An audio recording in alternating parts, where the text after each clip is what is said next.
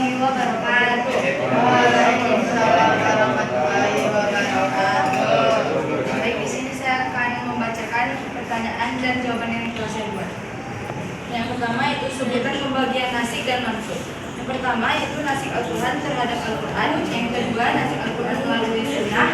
Yang ketiga nasik sunnah oleh Al-Quran. Dan yang keempat nasik sunnah dengan sunnah. Yang kedua, dalam pandangan Al-Quran, pesan utama dari semua nabi adalah yaitu keyakinan kepada Tuhan yang Esa yang juga menghubungkan Al-Quran, Taurat dan Injil. Yang ketiga, apa poin penting definisi muhkam dan mutasyabih? Muhkam merupakan ayat yang artinya terang, sementara mutasyabih hanya dipahami oleh Allah. Yang keempat, bagaimana pandangan kaum muslim tentang histori terhadap kitab suci umat Yahudi dan Kristen? Pandangan kaum muslim terhadap histori atau penyimpangan tidak tunggal, melainkan beragam sesuai tradisi, tafsir, dan pemikiran. Yang kelima, keutamaan membaca Al-Quran adalah jawabannya itu yang pertama sebagai syafaat di hari kiamat, yang kedua mendapat pahala yang berlipat ganda, yang ketiga meningkatkan derajat di surga, yang keempat sebagai obat dan penyembuh, dan yang kelima keberkahan dalam hidup. Pertanyaan keenam, sebutkan salah satu dalil yang menjelaskan kemuliaan Al-Quran di dalam Al-Quran, yaitu surah Al-Ahzab ayat 35. Yang ketujuh, apa contoh surah Makkiyah dan Madaniyah?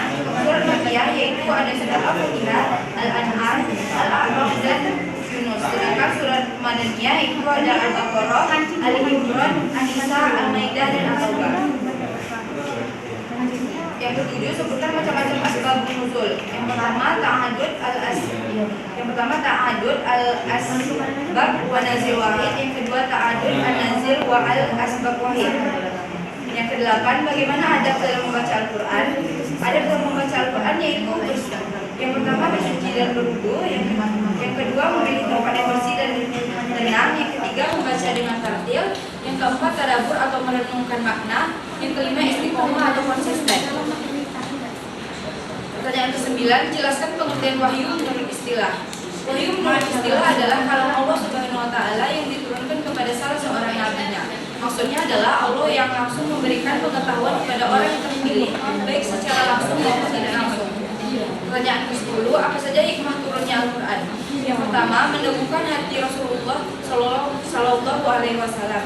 Yang kedua, tantangan dan mukjizat. Yang ketiga, memudahkan hafalan dan pemahamannya. Yang keempat, relevan dengan peristiwa dan pentahapan dalam pencapaian hukum.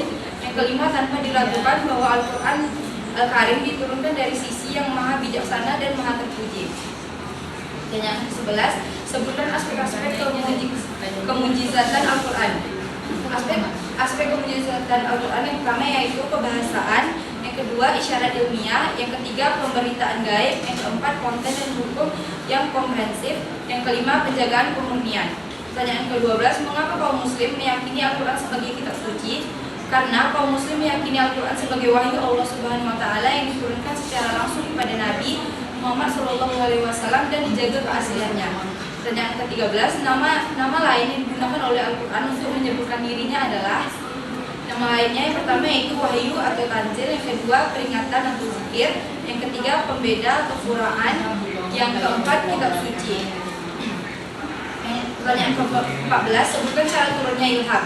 Yang pertama melalui mimpi yang benar, yang kedua melalui perantara malaikat Jibril, yang ketiga dari balik takbir, dan yang keempat ilham langsung di hati.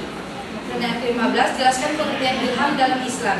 Ilham dalam Islam adalah sesuatu yang bersumber dari Allah ataupun malaikat yang membuat seseorang dapat memahami perintah, larangan, motivasi hingga ancaman. Pertanyaan ke-16, sebutkan cara Allah menyampaikan wahyu kepada nabinya menurut kitab pengantar ilmu Al-Quran. Yang pertama itu memberitahukan dengan tidak memakai perantara. Yang kedua memberitahukan melalui perantara malaikat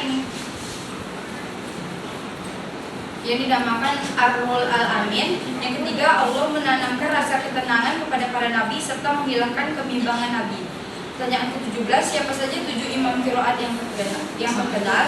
Yang pertama Abu Amr, yang kedua Al-Lisa, yang ketiga Nafi, yang keempat Ibnu Amir, yang keempat Asim, yang kelima Ibnu Kasir, yang keenam Hamzah.